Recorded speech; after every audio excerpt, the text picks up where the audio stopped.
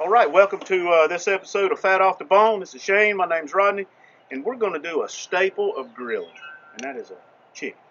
My buddy Tim said there's nothing on 2 legs or 4 that don't like a chicken. That's right. That's right. And so we're going to show you. I like to start out with a whole chicken because a lot of times when I buy, and then by the time I get home to cook, I've changed my mind on the way I want to do it. Yeah. Sometimes I might want to cut it up into pieces. This way we're going to do I'm going to say butterfly. If you're a backyard Michelin star chef, you'll use the term spatchcock. So I hear that a lot. We're going to cut it half in 2. We're going to cut her half in 2, and then and for this one, Shane, I'm going to use seasonings and finish it off with sauces that you can buy at any major grocery store chain. Again, that's one of the foundations of our videos is make it simple, something that you can grab quickly. You know, a lot of times it's Tuesday afternoon or whenever, and you think, man, what am I going to do for dinner tonight or supper, as we say in the South? You don't have time to go find 8, 9 ingredients to put a rub together. It's something you may want to do, but you just want to grab something good. And there are tons of rubs and sauces available, which tells me they're popular. Yeah, that's right. And people spend, Shane, hundreds of hours and thousands of dollars to develop these rubs and sauces. Oh, yeah.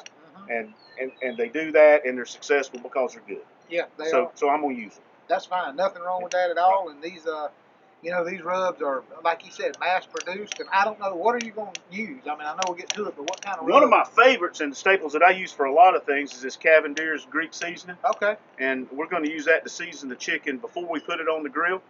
We're going to be cooking on a ceramic grill. This happens to be a Vision brand. This is the one that I carry on the cook trailer here. It's easy to carry and quite honestly, bouncing up and down the road, Shane, if they're a little bit fragile and to be moving, and if I break something, then I'm not out a $1,200 big green egg. So I keep it in place. Now for cooking the chicken on that, what kind of temperature are you looking for?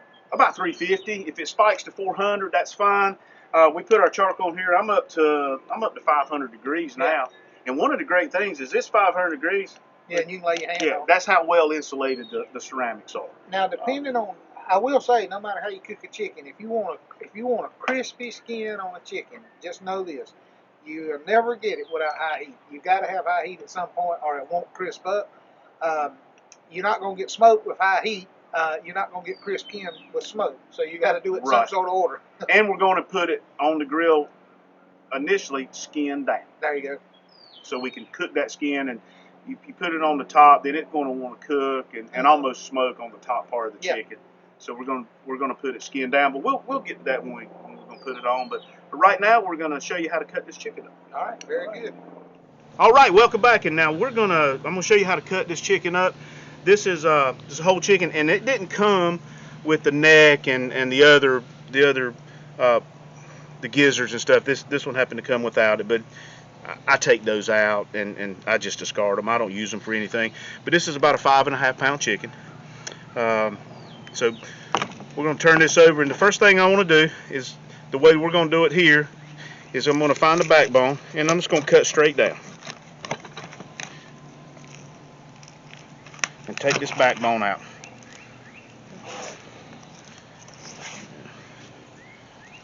It's cold out here this morning, Shane. Yeah, it is. There's ice in the chicken. I still want to be able to count to 10. I mean, after we film this.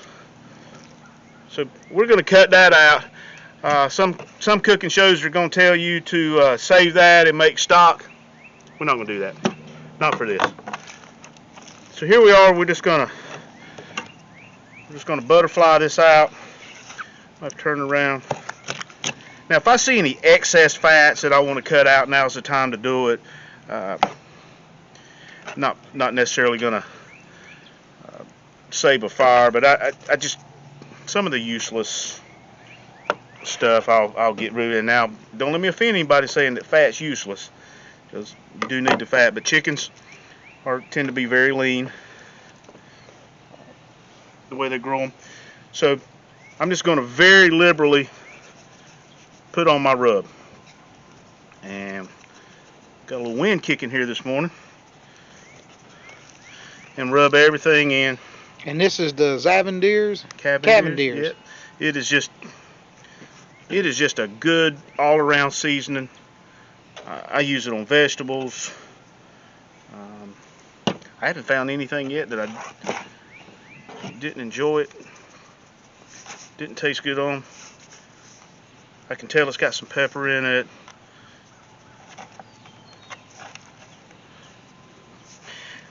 And you want to season before you cook. It helps to as it's cooking.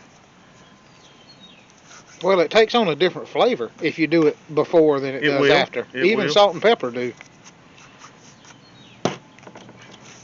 Right. So, come over here to our grill, and again, we're about 500 degrees, but I'm gonna dial that down. I'm gonna dial it down here on the bottom.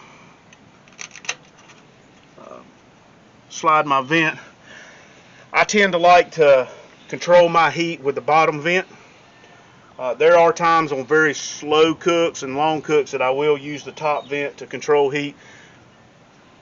But generally, I'm of the school of controlling the temperature with the bottom vent. And again, on this lump charcoal, it's going to respond very, very quickly to any changes in the vent. So we got our lump.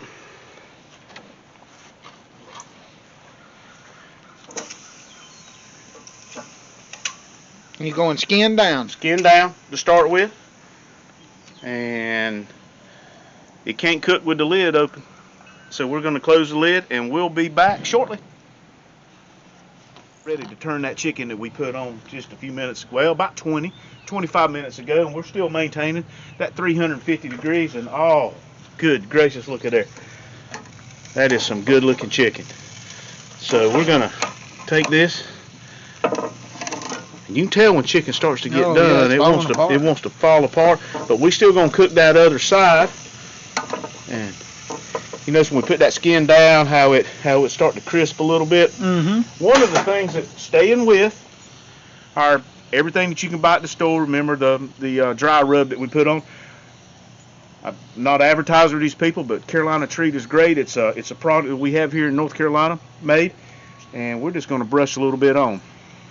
Now I could be real fancy and go get a little glass bowl like they do, but here's what we do at home.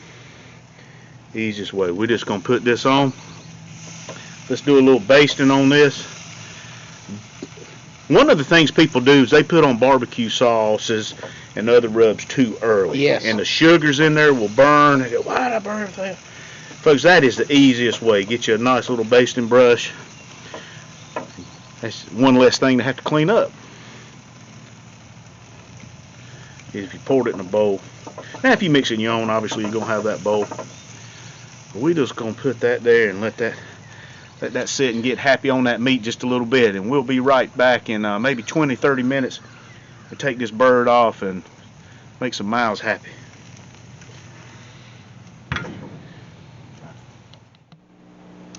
Alright, we got that chicken turned and we got it basted with that good sauce, and man, that's looking good. Color of that is boy, that's perfect. It's just falling off the bone here, fat off the bone. We're gonna do a little we're gonna use our quick thermometer, and folks, we're perfect. We're at 180, and that is perfect. One thing when you're cooking chicken, if the juices run clear, then the chicken's done. Yeah, okay? absolutely. If you see any blood coming out of the chicken, then you're not cooking it long enough. But what we're going to do is we're going to take this, my little hotel pan, and we're going to come right over here. Man, look at it, just falling apart. Shane, that's a pretty piece of chicken right there, son. It sure is. Looks delicious. And, now tell them again, Rodney, as we're getting ready to eat lunch here. Tell them again what the seasoning you used was. We used some of the Greek seasoning, and sprinkled that on both sides. And we started with the skin side down. And I guess we obviously edited the video, but hour and a half, and that, I know a half hour is a big, so I'm probably hour 15 minutes, hour and a half is what we cooked that. That is just that That's just a good, juicy piece of chicken. Here, get this wings off. Easy way to cut this up. Little boards want to slide around on me. Look at that, beautiful. And never added charcoal. Never added charcoal. Held just like it was supposed to. Perfect. I'd say 3/4 of a chimney starter full, and even had to dial it down a little bit. And to be quite honest with you, I'm gonna put the camera on you again here, Rodney. But to be quite honest with you, you could throw something else on that ceramic grill and cook right now. Oh yeah, surely. I'm gonna shut it down for today, and then save that charcoal. But I could open it back up if I wanted to take the grate out, throw some more lump on there. I'm not worried about any kind of weird taste because of no additives in that lump. If you don't use lump charcoal, please give it a try. Spend $10, $15 on a bag. If you've never used it, I think you'll find a place for it in your cooking. So so Shane and I'm gonna finish cutting this chicken up, and it's just coming right off the bone. Beautiful chicken breast. Beautiful. Now I've obviously kind of moved it around the skin a lot. But folks, that right there is what makes your mouth happy. So join us again for our next episode of Fat Off the Bone.